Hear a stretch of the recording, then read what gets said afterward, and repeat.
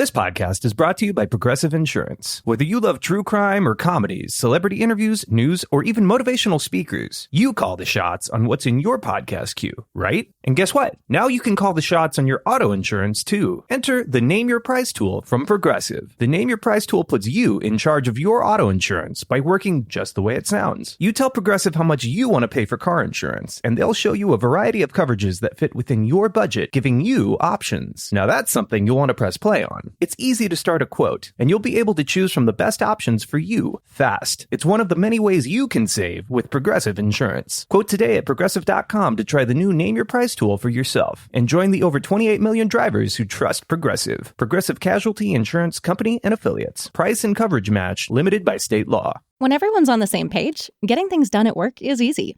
Make a bigger impact at work with Grammarly. Grammarly is your secure AI writing partner that allows your team to make their point and move faster. You can even save time by going from spending hours editing drafts to just seconds. Join the 96% of Grammarly users that say it helps them craft more impactful writing. Sign up and download Grammarly for free at grammarly.com/podcast. That's grammarly.com/podcast.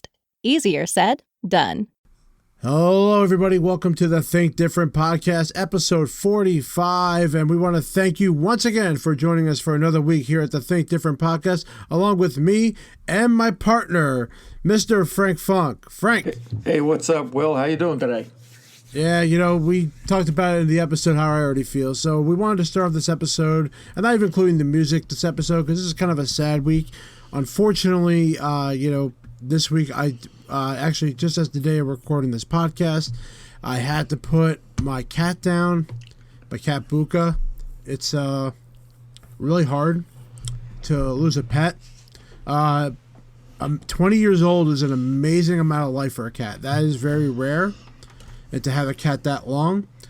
And he has an amazing story, because my wife found him before we even met each other, and the cat she saw the cat thrown off the Verrazano Bridge, and she saw it get thrown. They were trying to throw him in the water, but they missed.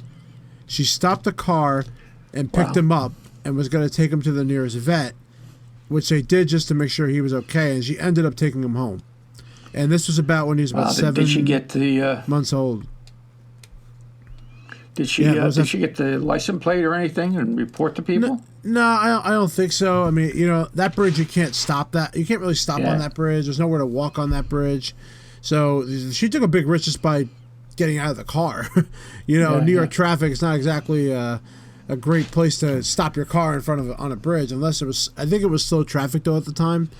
And so she picked him up, and he was an amazing cat. 20 years old is a long time.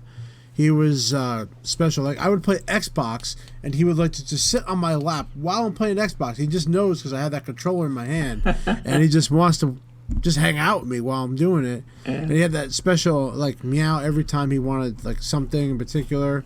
It just sucks. He had a heart issue, if we feel like that's where the problem is. And shout out to the doctor who didn't throw us any extra tests to just try to prove it. He just told us, and it was kind of obvious. So this episode goes out to my cat Buca, who I miss dearly, and I'm gonna have a whiskey to get through it. At Capella University, you'll get support from people who care about your success. From before you enroll to after you graduate, pursue your goals knowing help is available when you need it. Imagine your future differently at capella.edu. Have you found the keys to unlock your best trip? On a Trafalgar tour, you unlock more than just the world.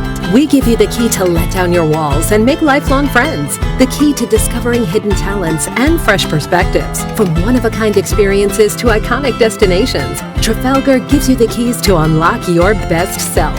Discover more at trafalgar.com/unlock. That's TRAFALGAR.com/unlock. Tour differently. Well, but this episode, sometimes, just getting away from it, even today when I had dinner, I just watch Impractical Jokers, because somehow it gets you laughing, Right. That's such a great show. And, the podcast is kind of like my outlet to get away from what's going on in the world and give myself 30 minutes just to talk to a good friend and just to talk about Apple shit. Have you seen what's going on, man? They have Apple, rumor is the Apple glasses. Yeah, that was a big thing. So there's this guy named John Prosser who gets like these amount of resources that are just amazing. And he was able to get like all these amazing details about these glasses and what they're, sounds like what they were going to do. So the rumor was that this event in June was likely going to be the time frame they were going to talk about them. And they ended up, I guess they're going to switch that because of obviously with COVID as the one more thing. But one thing you know about Apple is when they have like a big product coming out, they announce it beforehand and then it comes out months later. That's how they usually do it for something like this. One of the things they're talking about with this is that there's going to be no projector components, which means that there's no cameras in it. Right. Which is a privacy reason why they're doing that. Obviously, so it'd be interesting, and then how they're going to start using QR codes on products to show things. And the rumor, this was the biggest rumor, that this might be a $4.99 cost, and then of course I think there's going to be prescription lenses as an additional fee, which Apple has to prescribe for you. So now you're forced to go to one person. And now, I don't have glasses, so Frank, this was a perfect question for you because you've been wearing glasses since 1940. Yeah, that's right. So I had to ask, like, what are your thoughts? Would you switch your prescription glasses over to Apple glasses, and what kind of support you think you would get for that? Well, first of all, I'm sure you would have to go to your eye doctor. And then, just like I do now, he writes a prescription, and I take it to another guy to get frames and the lenses and the prescription filled. So, and he doesn't really do it. He sends his measurements out to whatever company does the lenses for him and puts them in the frames. So, to me, it's no different than that. So, I would have to say, of course, I'm going to sound like a fanboy here, but based on all of what Apple has done, I wouldn't have any problem doing it. But what is neat now is one of the things I thought is that they're going to have, or the rumor is that they're going to have a special edition of the Steve Jobs glasses. Yes. So that they're going to be the round, frameless, just like Steve used to wear. So, there was that song, Just Like Jagger. I got moves like Jagger. So now maybe they'll have a song to be, I'll have glasses like Steve, just like Steve. Oh, my God. I can't even transition out of that, Frank, at all. You didn't set me up at all for that. Right?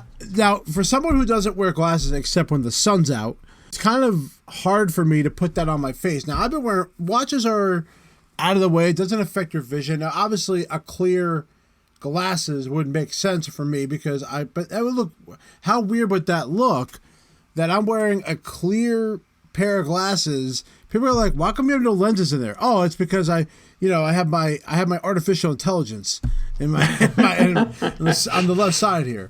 Yeah, it's a little weird. I don't know if I can adapt to. Well, that. I think they'll have lenses in them. They just won't be prescription. But I don't need. But I don't need to wear glasses, and not to mention, I don't want to wear glasses. No offense, Frank. But well, I don't want to have those creases in my eyes. Will, trust me, Frank, someday you're going to wear glasses. Not yet. Not yet. Not yet. So until the day comes, I'm gonna be Apple glasses free. Although I probably would buy them just to try them out. And then I would like to see what the augmented reality is. What applications they're going to really utilize them in. That's why. But that's why they release it so early, so that all these people can get on board, like they did with the Apple Watch. But if you learned from the Apple Watch, or the iPad or the iPhone, getting the first model sometimes is not the best idea. Right. Well, what this also reminded me of. Do you remember there used to be an IBM commercial where the guy was sitting on a fountain somewhere in Italy? It's what it looked like. And all he has is on are these glasses. And he's watching all the stocks and everything. He's going, sell, sell, and the pigeons fly up and fly away. That's what this kind of reminds me of. They'll probably do something like that in an advertisement. But I'm excited about it. I would definitely stand in line to give him a shot. Well, hopefully we don't have to stand in line, because that's a big problem right now when it comes to going to an Apple store and standing in some lines. Speaking of standing in lines, the Apple iOS 13.5 was released. Yes. Did you download it yet? Of course I did. I downloaded it. I have it installed. Now let's talk about some of the main features. Let's talk about first the features that came out in that, and let's talk about some of the problems that have actually occurred.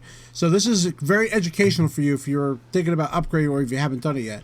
The biggest thing was the Face ID and the passcode. Now, today, I tested that out because I went out to the vet, obviously, with my story, and, you know, when I unlocked it, typically it would shake, go back to the unlock, you have to hit it again, and then you have to put the passcode in. Yep. Well, now, when you swipe up once, right away the passcode was up there right away when it was wrong, and I put it right in. I was like, wow, that is so much better than what it was. So definitely the mask thing, definitely a positive, because you're going to be dealing with that for probably months, dealing with a face mask on when you're out there. Yep.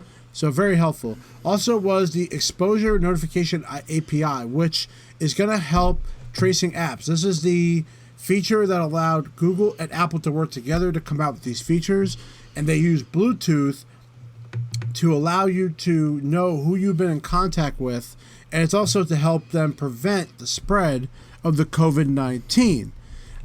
This is an optional thing to be a part of, which I will be a part of it. So that way I know if someone had COVID and I don't know who they are, there might be a notification that I would get to know about that. Right. Because God forbid people be honest. Is there a particular app that you have to download for that? Or No, is it it's just part of the operating system? It's part of the operating system. You just have to sign up. Now, technically, there's no third-party API that supports it yet. It's not officially up and running. Another thing is the health ID or the medical ID to be shared on the lock screen. So that one I think is very valuable. That's very useful. That is very, very useful. Now, I just looked today. I did not set up my emergency contacts. So today, when you go into your phone, go into the health app, go to the medical ID, and if you don't have your 3 people as your emergency contact, I recommend you set that up immediately.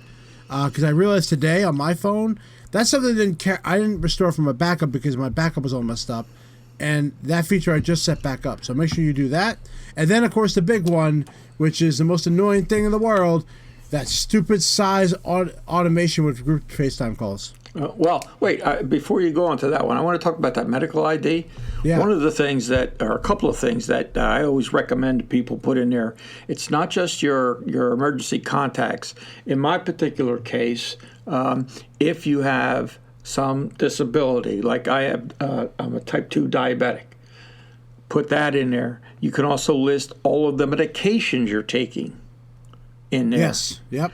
Your blood type, of course, your weight and your height, all of that information. Now, in the event of an emergency, when someone tries to open your phone, all they do is on the lower left-hand side, they'll hit emergency, and then that information will come right up. It's not like somebody has to log into your phone to get it. So it's very useful. Very useful. Oh, absolutely. The medical ID, I think everybody should be setting that up. Yep. It just helps everything be easier for everybody. That's all. And you don't want to be put in that situation where you could have had some extra information that could help somebody. It doesn't kill you. Yeah. It's all part of these devices, whether it's an iPhone or a Samsung or whatever. The more information you can put on there about yourself is only in some cases going to end up saving your life in the case of an emergency. So, and it's in one device. It's not like you have to have a separate bracelet to say, well, I'm an epileptic or I'm a diabetic, or it's all in one device. It's very, very useful. So I would highly encourage anybody. And I guarantee a lot of people don't even know that even exists. That's true, but that's one of the things that at least I used to talk about in the basic iPhone classes, because I seem to get a lot of the age group of my age, and I felt they should be concerned with that. So it's something I just like to pass on. There you go. Mr. Frank Fugg is trying to save old people's lives during these workshop sessions. There you go. And right away, I turned on the automatic prominence in the group FaceTime. I turned that off right away. That was just one feature that doesn't work. I'm sorry, Apple. You should just get rid of it. Don't even bother making it an option. Just turn it off. It doesn't work. So, Will, why don't you tell folks how do you do that? You go into your FaceTime app? Yep, not even the app. You go to the settings inside of FaceTime. You will see a speech feature called automatic prominence, and it'll say the word speaking, and you just turn the switch off, and that will disable the pop-ups that occur every time you're talking to somebody. And Frank's doing that right now because I know he hates it. Yeah. Speaking, right? During group FaceTime calls. There you go. The title of so just turn that off. Turn that off, yep. Let's talk about some of the issues that happen because, of course, there's always some problems. One of the biggest ones that has been kind of popping up is people are having a hard time updating their apps or sharing apps. It seems like they're having some stability issues and that the only way to resolve it is delete the app and re-downloading it. But it's becoming a big problem. It seems like it's related to family sharing, actually, for some reason. Well, I know that in the past that I've run across that more than in one than just this version. In previous versions, that's happened to people. A lot of times the manufacturer of the app doesn't upgrade it to be compatible with the latest version. So it may be a combination of two things. Well, my biggest fear when it comes to these updates, sometimes it takes a while to figure them out. Like we had the Exchange one. When we when iOS 13 came out, there was a humongous update where Exchange was doing like duplicate sent items only if you sent them from your phone. The mail wasn't refreshing all the time. It was really bad. This was months. And I talked to Apple Enterprise about it. Like I got to go that far with it. And they had certain updates that were going to fix it, but you're talking months of people in a multi-billion-dollar company that can't get their emails, and you're forced to go to a different app to look at it. So that was the only option. I couldn't help anybody with that. So that's one of the biggest things. And of course, as we all know, a jailbreak tool was developed, and now it's around. So eventually we're going to get a 13.5.1 update to block the jailbreak that has now been already released for it. Do people still do that jailbreaking? I don't know why someone would do that. I tried it once, and it was not worth it. There was just nothing about it that just makes me want to go crazy for it. I don't know. I don't get it. But since there wasn't too much news today, we wanted to end today with some topic we've already done. Now, it is called the good and the bad. So we wanted to look at different Apple stores and wanted to discuss reviews left by people on Yelp and Google, and we're going to provide the feedback on that. And if we think that the customer was, great or crappy. So, well, before we get into those, Will, why don't you explain the grading system that Apple has for the creatives and the geniuses? Yep. Well, that goes for anybody too. Even specialists have that. Right. When it comes to Apple has two main things. They have a promoter and they have a detractor. Now there is a middle option of that, and they score the rating system was like a 1 to 5 system, 5 being the promoter. Anything below a 3 and below was considered a detractor. Right. And and then when customers get your reviews, when you guys get your reviews, you have it from 10 to 1. 10 being the best, 9 to 8 I believe will be neutral. Anything under that would be automatically a detractor, no matter what, especially the overall rating. So we're using Yelp and Google, which of course use a 1 to 5 star rating. And we wanted to choose 2 good ones and 2 bad ones because we got to be fair. I know people just want to hear the bad ones, but we'll talk about the good ones first. So Frank, I'm going to do you do the good one, Since you're in a good mood today. We're going to do the Florida guy. Yeah, the Florida guy. This is from a store in Florida in a mall. It's called the Florida Mall. That's what it's called. Oh, is that what it's called? The Florida Mall? I had the actual name of the store there. It's an Apple. It's in Florida. It's a mall. And should I name the person? Yeah, you don't. It's up to you. All right. We'll just say it's from Mike. So Mike, says in his comments, when we got to this place, it was packed. I'm assuming it's supposed to be packed. That's the other reason why I copy and pasted. We were never going to get help. My wife's screen broke on her iPhone and it needed to be replaced. Thankfully, somebody was able to help us, and we were in and out of there quicker than I thought it was going to be. Thanks for the help, guys. Now, that review, by the way, was taken 1 week ago. So that means that during the pandemic, this happened. At least when he wrote it. So I don't know if he really was there during it, but sounds like he was there. Yeah. Well, I think this is indicative of the fact that a lot of people still don't know the procedure and don't know what to expect when they get to the Apple Store. They pretty much think it's just like when they go to the grocery store and they go to the deli counter and they say, hey, they can squeeze in and say, I want a half a pound of this and a half a pound of that. The process here in the Apple Store is just like a doctor. You make an appointment and you come in at your time. And then even though it's crowded and the store is really broken up into 3 sections. You have the geniuses at the back. The creatives are kind of just in front of them in what they call the family room. And then in the front of the store, you have all the specialists. Now, you may have specialists that are standing around looking to talk to somebody about a product. So when a customer comes in for a repair, or in this case, a screen, they may see those people standing there and say, these people are just standing around shooting the shit. When, in fact, it's not really their responsibility to fix a phone. And you really wouldn't want most of those individuals to fix the phone because that's not their area of expertise. And whose fault is that, though, that they don't know that? Well, would you blame Apple for not making it clear? Or would you blame someone who's in the front of the store not educating the journey how an Apple Store works? I think it's kind of both.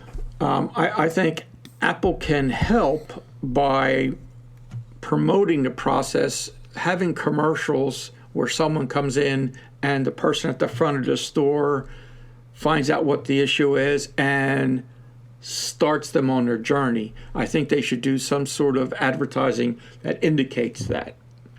Okay? So I think it's a combination. But I think I'm always surprised that people just don't understand the process because, I don't know, I go into an Apple Store no matter where I go. So I guess people just don't go in there unless they have a problem. And I'm hoping one day that changes to where Apple sees that. And back when we first started, you remember the concierge. Right. It was a computer that was sitting in the middle of the store right when you walked in. And those team members specifically guide you to the right person in the store. That is what their role was. And that's the only thing they really did. Yep. Was to guide how... Now, I don't know why Apple got rid of that, but I don't think they just wanted a computer in the middle of the store with a... And by the way, the concierge system we used was actually the name of the software that we used as well. And we still do to this day. And it's amazing how that was a front-facing system. Like, this is a background website that was showing right in the front. And we were checking them in. Of course, now with iPads, that there was no need for that. And I still think those people should still exist. I think concierge was a perfect system to where they know how to guide people in the store. And I'm sorry to say, not everyone from a specialist is going to have one way of doing it, and a family room person is going to have another way of doing it. So that's what I think. But the good thing about this review is that this guy was happy at the end of the day, even though he felt like he wasn't guided the right way. The repair got done. They did it quickly, which, I think this new system where they're tracking times to know when the repairs are done perfectly instead of just guessing the time is helping that out. And then today it got it fixed. So that's not a bad deal. Now let's talk about a bad one. Now this is from the Apple Fashion Fair from Muhammad. And he says, very rude employees, as much as their manager Scott. That's what he told me his name is. Appointment were at 2:45, and I arrived at the store around 2:16 p.m., requested to be attended a little earlier because I was early and had to go pick up my kids from school. But I was told no. I have to make an appointment. I can't be seen 15 minutes early. It just makes me angry. Store was not busy at all, and there were more employees than customers, and most of them were standing and chatting, including their manager, and telling me they were busy. What a BS on my face. The Apple Store is making Apple brand look terrible in customer services. Someone have to do uncover audit to the store. Okay, that's a little crazy. All right. So that part of the end I will not disagree with, but I could see why he's not happy with that. And again, Frank, this goes back to the first review. And this is why I like how these tie in. If you don't explain it, how are they supposed to know? Right. Yeah. And I hate the doctor comparison because no one likes going to a doctor. I don't know, unless you do, God bless you, but no one wants to go to a doctor. Right. And the doctor analogy, I hate that. I almost like to say it as a auto mechanic was one I like to use, only because doctor just sounds terrible. Auto mechanic can be kind of like a little bit better, but no one wants to be there either. So it's like no matter way I could try to figure it out, it's like the only way I could think of it. Bottom line is that I think this store could have checked. Now, 2:16 compared to 2:45, you're talking about a half-hour difference. Typically, we were told 15 minutes is like the earliest you can check in for the appointment. The other reason why we don't check in people in early is that he's going to be skipped. Because if people have appointments at 12:30 and he's sitting back on the bar and he's being skipped, he's going to look at that as a problem. Yes.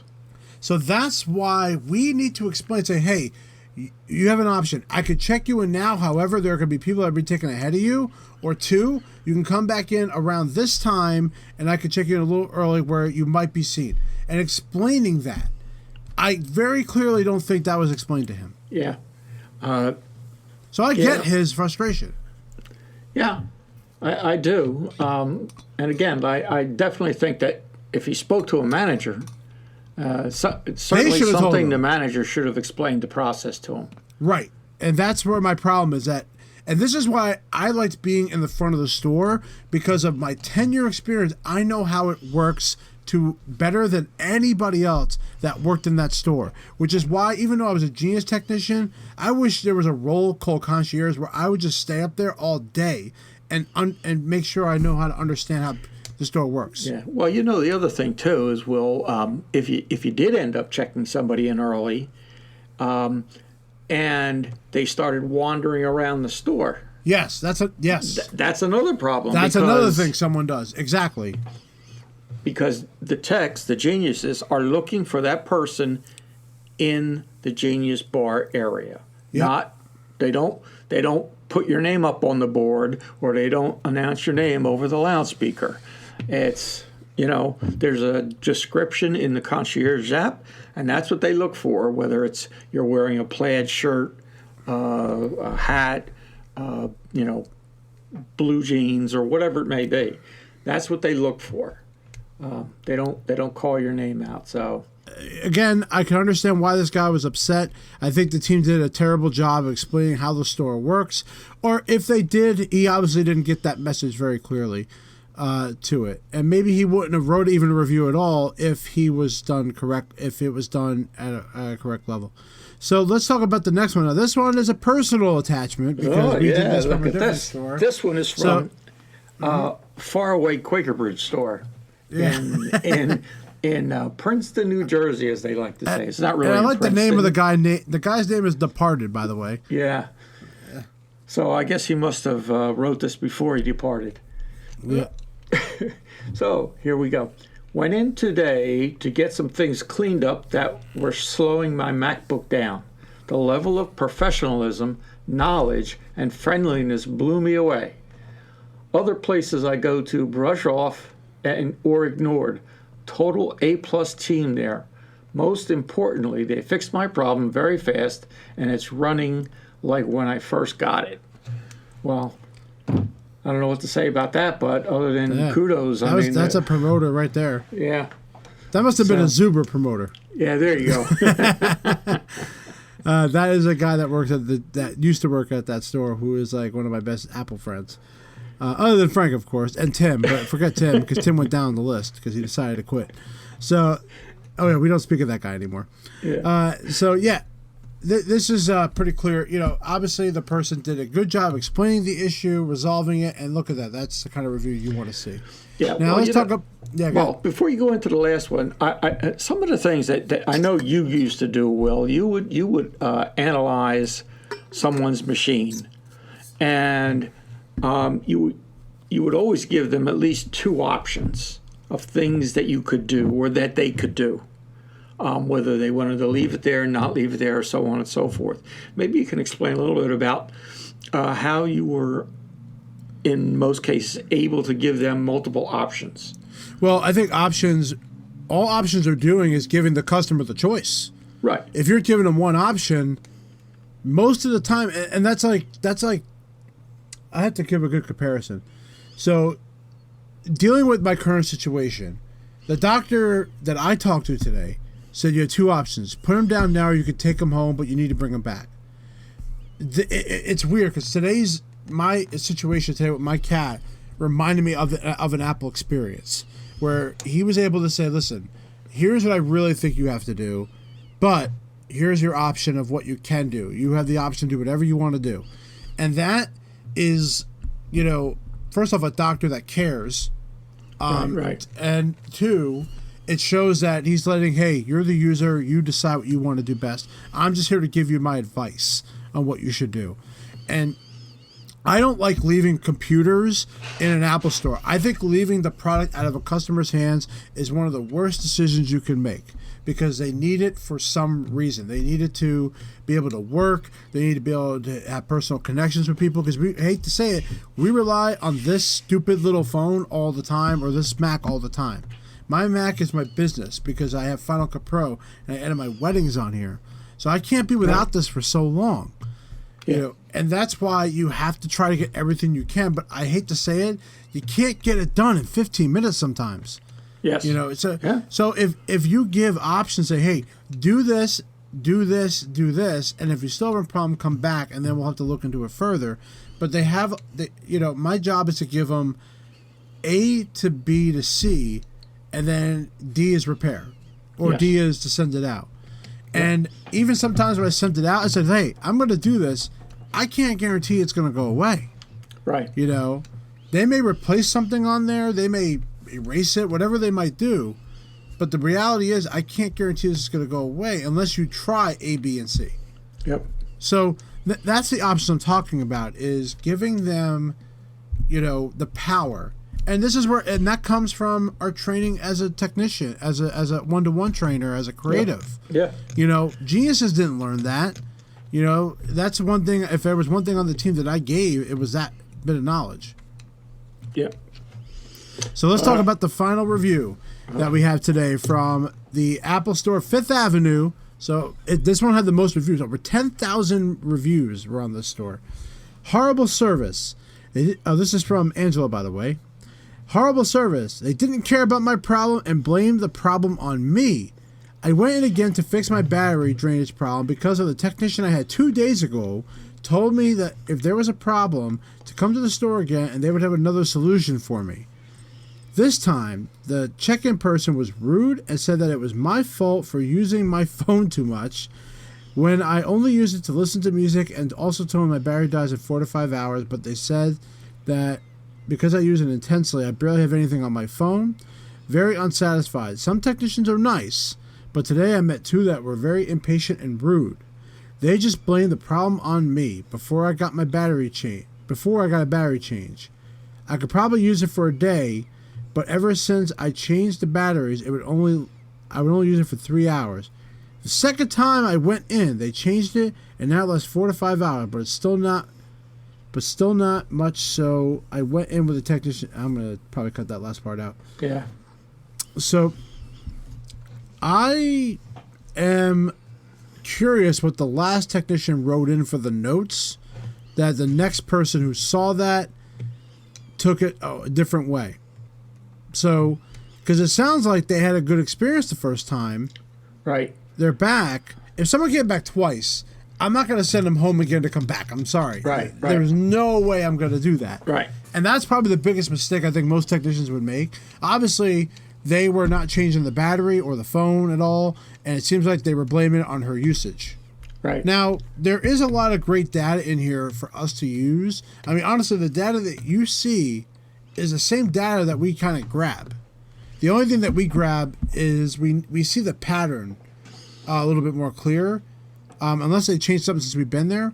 But yeah, that's a pretty bad review, and I think that, yeah, I don't know what the solution is. I think this one we need to see the notes to get a clear definition of what the first person wrote on there. But wouldn't you have looked at that as when the person came in, I guess the third time, right? Just say, okay, here's what I'm going to do. I'm going to swap the phone out. I'd have to know what she did the first time. Right. Did she wipe the phone clean and go back to factory settings? Did she restore from a backup? Did we just tell her to stop using apps? Did we turn off cellular data on some product? These are all the different questions I would be asking. And that's something I would need to see the phone for. But clearly they didn't fix her problem. Yeah.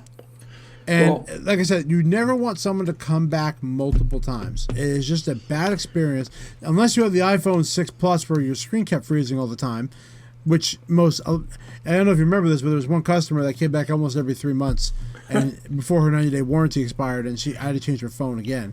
And I literally changed it so many times that we had to upgrade her to a 6S for free.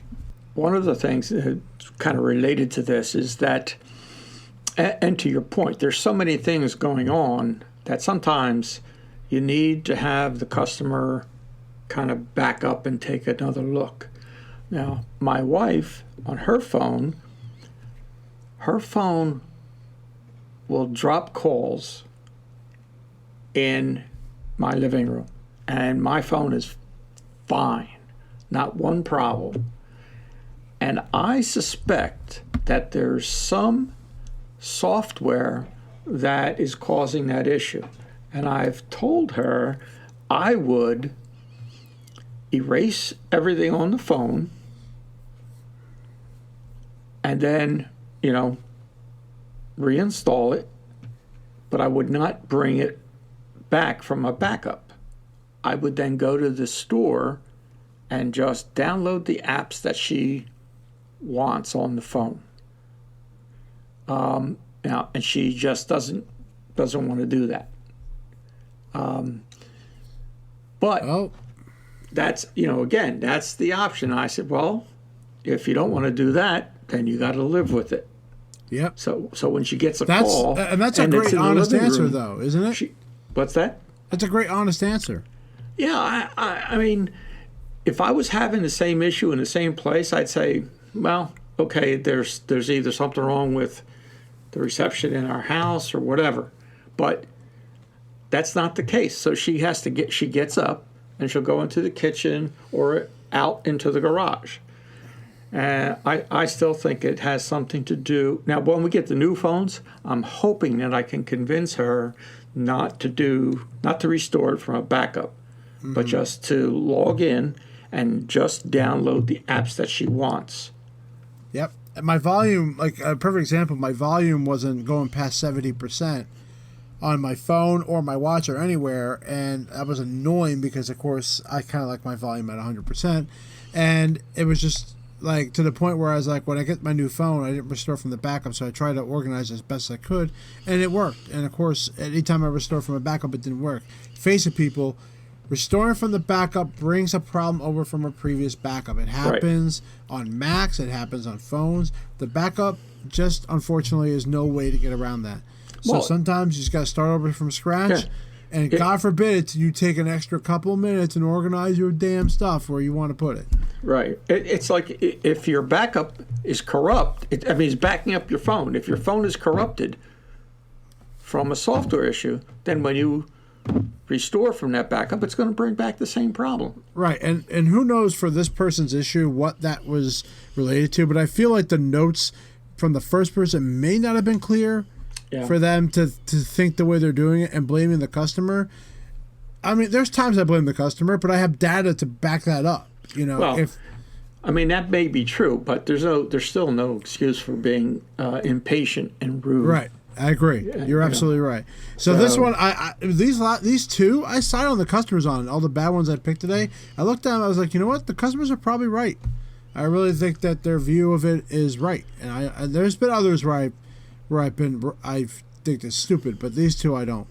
And the majority of the ones that I've seen in both Freehold and Quaker Bridge, a lot of the times the manager would come in and they would always, at least what I remember, they would always end up trying to give the customer whatever they could to satisfy them.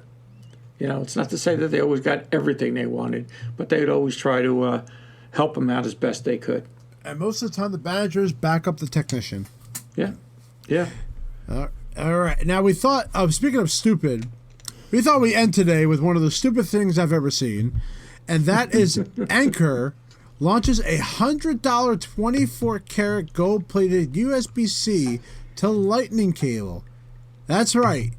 For some reason, if you need to show off your Lightning cable, Anker came out with these special gold design, yet bold, elegant, gold-plated cable heads that match the braid gold and black cable. Now, it looks nice. I will say that. But who in the hell is going to buy this? Yep.